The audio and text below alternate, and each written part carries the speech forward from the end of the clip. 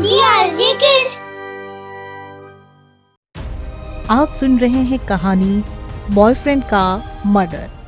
एक important meeting के चलते संजना को ऑफिस से निकलने में बहुत देर हो जाती है और वह जल्दी जल्दी में अपनी स्कूटी पर सवार होकर अपने घर की तरफ रवाना हो जाती है। कुछ ही देर बाद संजना एक सुनसान सड़क से गुजरती है और वहां आकर अचानक ही उसकी स्कूटी खराब हो जाती है। वह स्कूटी को बार बार स्टार्ट करने की कोशिश करती है मगर स्कूटी स्टार्ट ही नहीं होती। घना अंधेरा, गहरा सन्नाटा और उस सन्नाटे को डरावना बनाती जिंगुरों की आवाजें।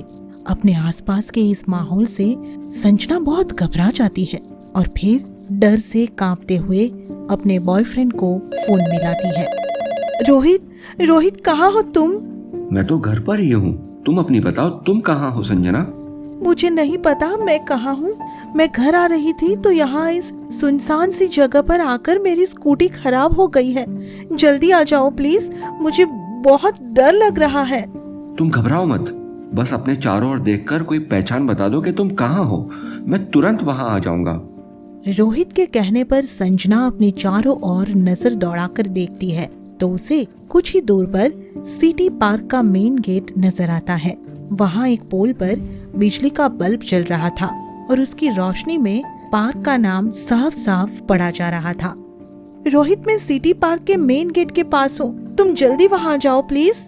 तुम चिंता मत करो संजना, मैं 10 मिनट में तुम्हारे पास पहुँच जाऊंगा। रोहित से फोन पर बात होने के बाद संजना अपनी खराब स्कूटी को खींचते हुए सिटी पार्क तक आती है और स्कूटी को सड़क किनारे खड़ा करके डरते डरते एक बेंच पर बैठ जाती है।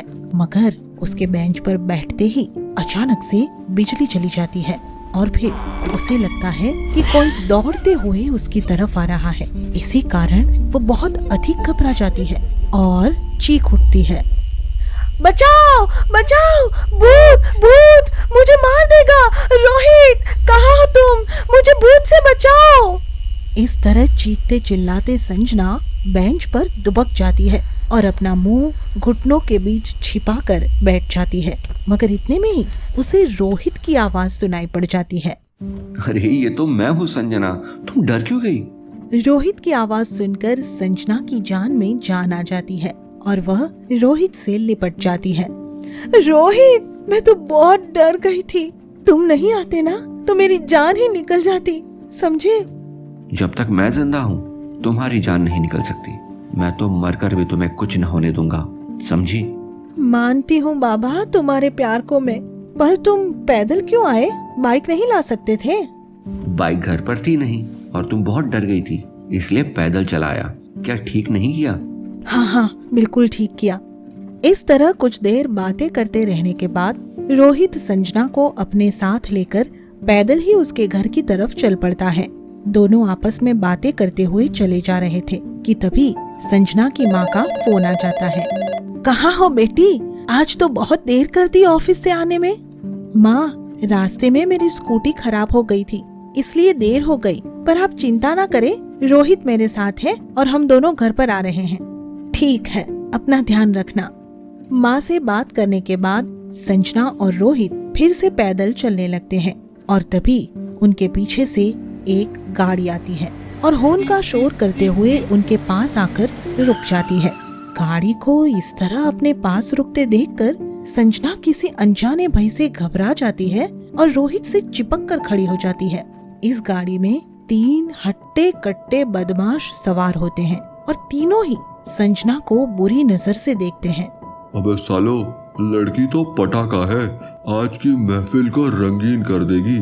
बोलो क्या बोलते हो? लड़की पर बुरी नजर मत डालना, आंखें फोड़ दूंगा तेरी।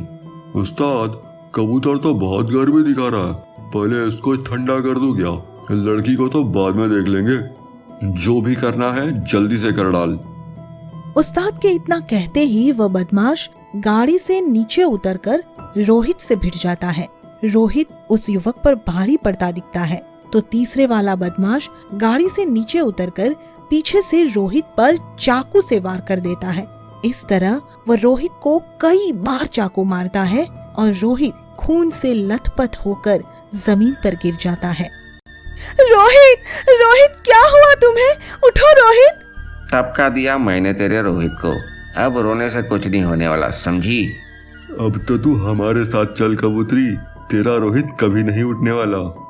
इस तरह रोहित का मर्डर करके वो तीनों बदमाश संजना को जबरदस्ती अपनी गाड़ी में बिठा ले जाते हैं और फिर उसे जंगल के एक पुराने मकान में लेकर आते हैं। वहां आने के बाद वे तीनों संजना के साथ गलत करने की कोशिश करते हैं और संजना चीखने चिल्लाने लगती है, बचाओ बचाओ, कोई मुझे इस बदमाशों से बचाओ। संजना के चीखने के साथ ही वहां एक अन्य गाड़ी आकर रुकती है और उसमें से एक युवक बाहर आता है। इसमें इतनी ताकत होती है कि यह बदमाशों के छक्के ही छोड़ा देता है। वो तीनों बदमाशों को पटक पटक कर मारता है और इस तरह उनका जान बचाना मुश्किल हो जाता है। यह युवक वास्तव में रोहित की आत्मा थी, जो संजना को बचाने के लिए वहां रूप बदल कर आई थी। बदमाशों के उस्ताद को रोहित अपना असली रूप यानी खून से सना चेहरा दिखाता है। फिर वह रोहित के पैर पकड़कर चिल्लाते हुए कहता है, हमें माफ कर दे भाई, हमसे भूल हो गई जो हमने इस लड़की को छूने की कोशिश की। उस बदमाश के इस तरह गिड़गिड़ाने पर भी जब वह युवक उसकी पिटाई करने से बाज नहीं आता तो वह बदमाश अपनी जान बचाने के लिए वहां से भागने लगता है और अपने अन्य दोनों साथियों को भी भागने के लिए कहता है। अबे सालो भागो, अपनी जान बचाने तो भाग लो, ये तो आफत बनकर आ गया। उसके बाद वे तीनों बदमाश अपनी जान बचाने के लिए वहां से भाग जाते हैं और संजना सहमी हुई सी वहीं खड़ी रह जाती है। आप गाड़ी में बैठ जाइए, मैं आपको घर तक छोड़ाता हूँ।